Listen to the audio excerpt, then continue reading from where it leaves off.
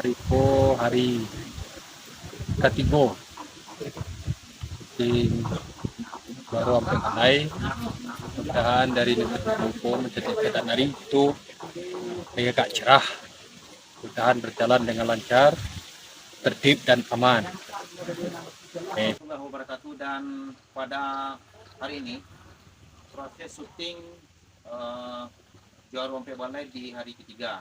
Semoga selalu mudah-mudahan hari ini bisa berjalan kelar, hari ini bisa berjalan sesuai dengan skenario, dan semua peserta atau semua uh, kreator termasuk dari sutradara dan juga kameramen dan juga para tokoh-tokoh yang ada di Juara Ampe Balai semoga mendapatkan kekuatan dan kesehatan, dan tunggu tayangnya. Dan sebagai informasi, silakan di ulik-ulik di channel Juara Ampe Balai di YouTube. Terima kasih. Mohon doa restu kepada seluruh saudara-saudara kami baik yang ada di kampung dan di rantau, khususnya juga seluruh warga Minang, karena inilah cerita asli dari anak Minang, anak Nagari. Terima kasih.